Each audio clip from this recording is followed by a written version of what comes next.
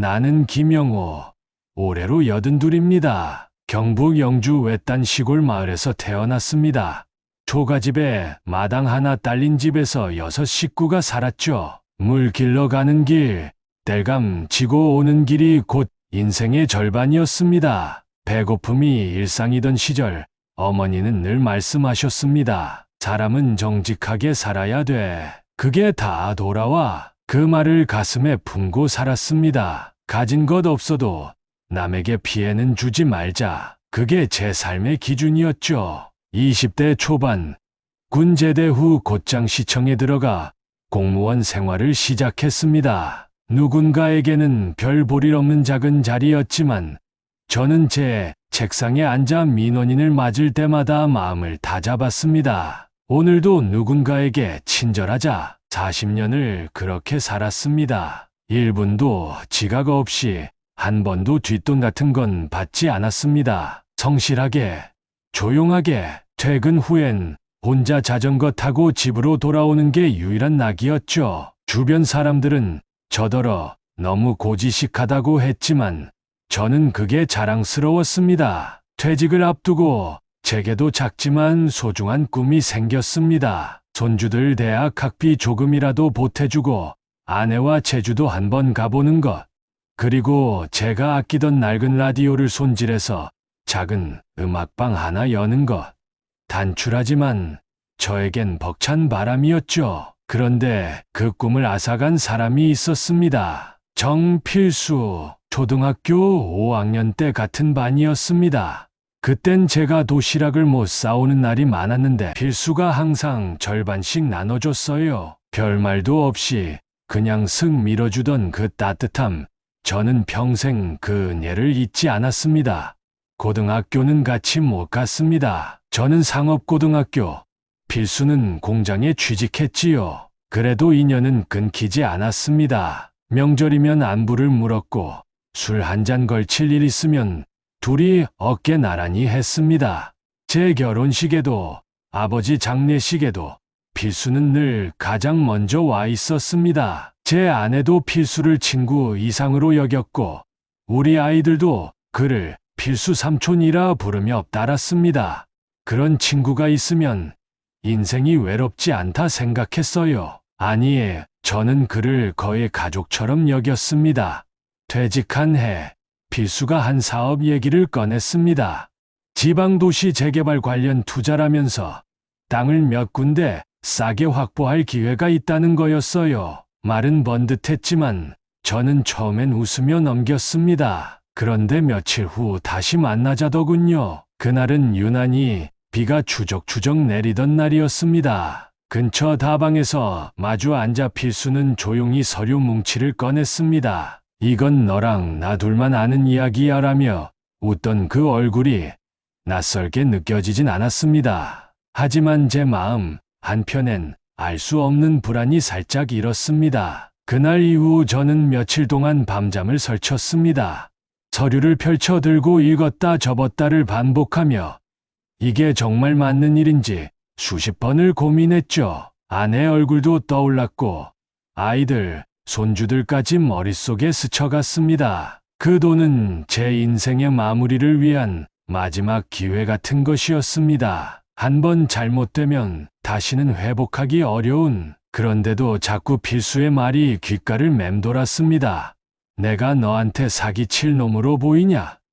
그 말은 마치 주문처럼 저를 붙잡았습니다. 평생을 함께한 친구, 의심조차 미안한 그런 존재였으니까요. 이 친구는 욕심이 많은 사람도 아니고 늘 조용하고 신중한 사람이었습니다. 마음 약한 구석도 있었지만 그만큼 의리도 있었죠. 며칠 동안 가슴 졸이며 걸었던 동네 산책길에서조차 저는 수없이 머릿속으로 계산기를 두드렸습니다. 이게 혹시 실수는 아닐까? 하지만 또다시 설마 필수가? 라는 그 모든 의심을 지워버렸습니다. 말투는 여전히 조용하고 부드러웠고 자기가 직접 현장까지 발로 뛰었다고 했습니다. 영우야, 너 퇴직금 묻어두면 뭐하냐? 애들 쓰고 나면 남는 것도 없을 텐데. 이건 너랑 나 둘만 아는 기회다. 망설이던 제게 마지막으로 한마디 했습니다. 내가 너한테 사기칠 놈으로 보이냐? 그 말에 저는 맥이 풀렸습니다. 필수는 욕 한마디 안 하던 사람이었습니다. 술자리가 무르익어도 말꼬리를 흐리지 않던 속 깊고 잔정 많은 친구였죠. 그래서 결국 저는 제 전 재산 2억 6천만 원을 필수의 계좌로 보냈습니다. 아내 몰래. 아내는 처음엔 눈치를 채지 못했습니다. 그런데 시간이 흐르면서 이상하다고 느끼더군요. 늘 보던 통장 잔고가 급격히 줄었고 제가 자꾸 말을 흐리는 걸 이상하게 여겼어요. 그리고 그날 이후 연락이 끊겼습니다. 처음엔 사고라도 났나 했습니다. 전화도 꺼져 있고 집 앞에 가보니 이미 다른 세입자가 살고 있더군요. 지인들에게 물었더니 필수가 요즘 연락을 피한다는 이야기가 돌아다녔습니다. 저 단달은 그저 멍했습니다. 믿었던 사람에게 버림받았다는 사실이 믿기지 않았습니다. 매일 새벽 벌떡 일어나 설마 무슨 오해겠지라며 휴대폰을 붙잡았습니다. 혹시 부재 중 전화가 있진 않을까? 문자 하나라도 와 있지 않을까? 2달, 3달이 지나자 서서히 현실이 눈앞에 드러났습니다. 통장은 바닥났고 카드값은 밀렸고 공과금은 연체됐습니다. 아내는 그제야 저를 다그쳤고 저는 끝내 말을 꺼냈습니다. 눈물로 말했죠. 그 말 한마디에 아내는 말없이 주저앉아 울었습니다. 그때부터 가족의 산도 무너졌습니다. 아내는 갱년기로 몸이 좋지 않았는데 약값부터 병원비까지 다 줄여야 했습니다. 둘째 아들이 아이 셋을 키우며 어렵게 살아가고 있었는데 학원비를 못 보내게 되자 손녀가 울면서 제게 전화를 했습니다. 할아버지, 왜 이번 달엔 학원 못 가요?